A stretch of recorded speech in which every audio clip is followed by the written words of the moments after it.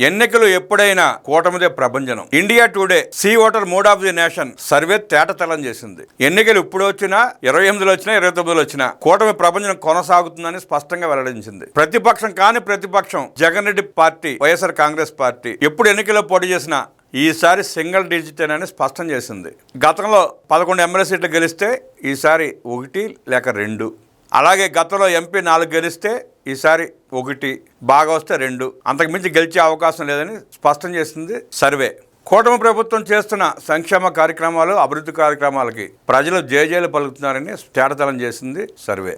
CM Chandrababu Naidu గారి పాలన పైన అన్ని వర్గాల ప్రజలు సంతోషం వ్యక్తం చేస్తున్నారంటూ స్పష్టం చేసింది. 2024 అసెంబ్లీ ఎన్నికల్లో అధికారంలోకి వచ్చిన కూటమి ప్రభుత్వం అమలు చేస్తున్న సంక్షేమ పథకాలు, నిర్వహిస్తున్న అభివృద్ధి కార్యక్రమాల పట్ల ప్రజలు సంతోషం వ్యక్తం చేస్తున్నారు. తక్షణమే ఎన్నికలు నిర్వహిస్తే మరోసారి కూటమి ప్రభుత్వానికి పట్టం కడతామని, కూటమి ప్రభుత్వ పాలనపై ముఖ్యమంత్రి నారా చంద్రబాబు నాయుడు పరిపాలనపై రాష్ట్ర ఓటర్లు సంతృప్తి వ్యక్తం చేసినట్లు India today C voter mood of the nation సర్వేలో తేటతెల్లమైంది. 19 నెలల స్వర్ణ పరిపాలనలో స్వర్ణాంధ్ర విజన్ 2047 లక్ష్య సాధన దిశగా రాష్ట్రాన్ని అభివృద్ధి వైపు పరుగులు పెట్టిస్తున్న సీఎం చంద్రబాబు దార్శనికతకు నిదర్శనంగా ఇండియా టుడే సర్వే ద్వారా ఓటర్ల నాటి స్పష్టమవుతోంది. ఇండియా టుడే ఎప్పటికప్పుడు mood of the nation survey చేస్తుంటుంది. తాజాగా తన సర్వే వివరాలను వెల్లడించింది. జాతీయ స్థాయిలో మోదీ ఫ్యాక్టర్ ఇంకా బలంగా పనిచేస్తూ ఇప్పటికిప్పుడు ఎన్నికలు నిర్వహిస్తే బీజేపీ సొంతంగా మెజార్టీ సాధిస్తుందని పేర్కొంది. అందుకు ప్రధానంగా ప్రధాని నరేంద్ర మోదీ విదేశాంగ విధానం, దేశ భద్రతపై పెరిగిన ఓటర్ల నమ్మకం ప్రభావితం చేశాయని వివరించింది. ఇప్పటికిప్పుడు ఎన్నికలు నిర్వహిస్తే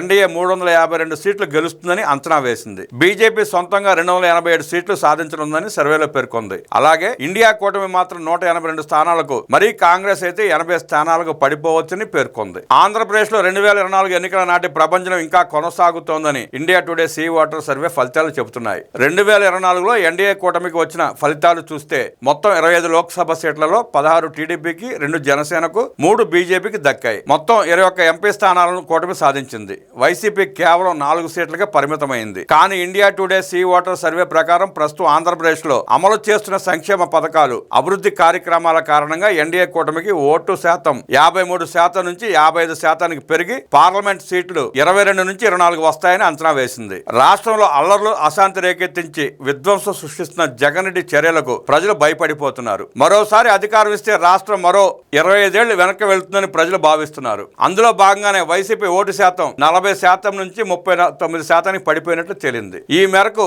1 నుంచి 3 లోక్సభ స్థానాలను వైసీపీ గెలిచే అవకాశం ఉందని సర్వే స్పష్టం చేస్తోంది. సూపర్ 6 హామీల అమలుపై ప్రజల్లో ఉన్న ఆశలు, ప్రభుత్వం తీసుకుంటున్న కొన్ని నిర్ణయాలు సానుకూలతను పెంచుతున్నాయి. నవరత్న పథకాల పేరుతో అధికారంలోకి వచ్చిన వైసీపీ ప్రభుత్వం ప్రజలను నవమోసాలు చేసింది. జగన్ రెడ్డి ఇచ్చిన హామీలను వాస్తవంగా అమలు చేసిన కార్యక్రమాలను చూసి ప్రజలు విసుగు చెందారు. అమరావతి రాజధానిని అటకెక్కించేశారు. పోలవరం ప్రాజెక్టును నిర్వీర్యం చేశారు. సాగునీటి ప్రాజెక్టులు, డ్యాములు కొట్టుకుపోయి ప్రజలు మరణించినా పట్టించుకోలేదు. 5 ఏళ్ల పాలనలో అరకొరగా 84,000 కోట్ల రూపాయల సంక్షేమం తూతూ మంత్రంగా అమలు చేసి చేతులు దులుపుకున్నారు. కేంద్ర ప్రభుత్వ పథకాలను నిర్వీర్యం చేశారు. అన్నా క్యాంటీన్లు, డ్రిప్ ఇరిగేషన్ వంటి అనేక పథకాలను రద్దు చేశారు. అప్పులు, ఆత్మహత్యల్లో రాష్ట్రాన్ని అగ్రభాగాన నిలబెట్టారు. కులం, మతం ఆధారంగా రాజకీయం చేస్తూ రాష్ట్రాన్ని రావణకాష్టం చేశారు. గంజాయికి కేంద్రంగా ఏపీని తయారు చేసి ఏపీ బ్రాండ్ ఇమేజ్ ను డ్యామేజ్ చేశారు. యువతకు ఉపాధి లేదు, పరిశ్రమలను తరిమి కొట్టారు. రాష్ట్ర ప్రజలకు 5 ఏళ్ల పాలనలో ఏం చేశామో కూడా చెప్పుకోలేని స్థితిలో జగన్ రెడ్డి పాలన సాగించారు.